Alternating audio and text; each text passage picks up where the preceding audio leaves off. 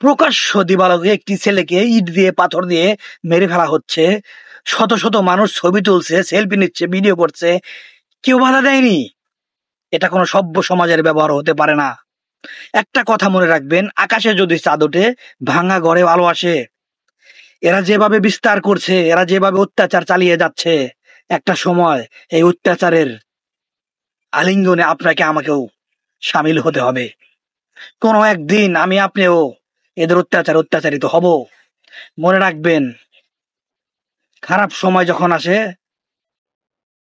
সারা দেশ জুড়ে আসে, কারণ সরকার প্রধান যখন খারাপ হয় তার রোষান হলে আপনাকেও আমাকেও পড়তে হবে।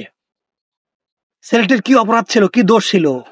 চাঁদা দিতে চাইনি বলে তাকে এভাবে মেরে ফেলতে হবে? তার সামর্থ্য ছিল না বিদায় সে বলছে ভাই আমি দিতে পারবো না, তাই বলে তাকে প্রকাশ্য দিবালোকে পিটিয়ে মেরে ফেলতে হবে? এটা কোনো সভ্য দেশের ব্যবহার হতে পারে না। একটা কথা মনে রাখবেন, কে যেন বলেছিল চাঁদা তুলি পল্টনে, ভাগ যায় লন্ডনে। এটা মিথ্যা কথা নয়, বড় বড় বুলি এখান থেকে বলা যায়। দেশে এসে দেখেন দেশের কি অবস্থা। আপনার ভিতরে যদি এক বিন্দু রক্ত এবং দেশের প্রতি মায়া থাকতো, ওখানে বসে থাকতে পারতেন না। আপনার নামধারী কর্মীরা দেশের এবং আপনার দলের 12টা বাজিয়ে দিচ্ছে, তবু আপনি ওখানেই বসে রয়েছেন। ভালো বিএনপিকে আমিও বাসতাম, কিন্তু এইভাবে সাধারণ মানুষকে নির্যাতিত করে মেরে ফেলছে। এখন আমি বলতে বাধ্য হচ্ছি ওরাই ভালো ছিল। ওরা হয়তো রাতের অন্ধকারে গুম করে ফেলতো, কিন্তু আপনারা দিনের আলোয় প্রকাশ্য দিবালোকে মানুষকে টেনে হিস্ট্রে বুকে পাথর দিয়ে মেরে ফেলছেন। এটা কোনো সভ্য দেশের বসবাস হতে পারে না, এটা কোনো সভ্য দেশের কালচার হতে পারে না। আইমি জাহিলাতের যুগে আমরা প্রবেশ করেছি।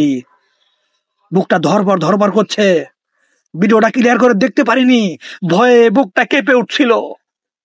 আমি ভাবছিলাম এটা কি আমারই সোনার বাংলাদেশ? না না না, এটা আমার সোনার বাংলাদেশ হতে পারে না। আপনাদের পায়ে হাত জোর করে বলছি, প্রিয় ভাই ও বন্ধুরা, আপনারা আরেকটি বার বিবেচনা করুন। আপনারা কাকে ক্ষমতায় আনবেন, আপনারা কাকে ভোট দিবেন। আপনার মহামূল্যবান ভোটে যেন আমি আর আপনি নির্যাতিত না হই। আপনার পায়ে হাত রেখে বলছি ভাই, সামনে সুযোগ আছে, সামনে সময় আছে এদেরকে প্রতিহত করার। কি অপরাধ ছিল ওই সোহাগ ছেলেটার? জীবন দিতে হলো প্রকাশ্য দিবালোকে, শত শত মানুষের সামনে ইট পাথর খেয়ে মরে তো হলো তাকে। তার সেই অবশ শিশুকে কে দেখবে? তার স্ত্রীকে কে দেখবে? তার সংসার কে চালাবে? ওই ছেলেটার এখনো কিছুই হয়েছিল না, যুবক টকবকে, দেশকে দেওয়ার মতো তার অনেক কিছুই ছিল, কিন্তু একদল হারামি নামধারী অস্ত্রধারী ক্যাডার বাহিনী ছেলেটিকে ধ্বংস করে দিল। তার জীবন, তার ছেলে মেয়ের, স্ত্রীর, সবার আশা আকাঙ্ক্ষা ধ্বংস হয়ে গেল। কি বলবো ভাই, বললে কিছুই শেষ হয় না ভাই। বুকটা জ্বলে ছারখার হয়ে যাচ্ছে রে ভাই। না জানি কবে ওই অপরাধে আমাকে ওরা রাস্তায় পিটিয়ে মেরে ফেলে রে ভাই। এ থেকে বাঁচার জন্য আমাদের সবাইকে একত্রিত হতে হবে ভাই। আইন সবার জন্য সমান, এই দেশে এইটা হয় না রে ভাই।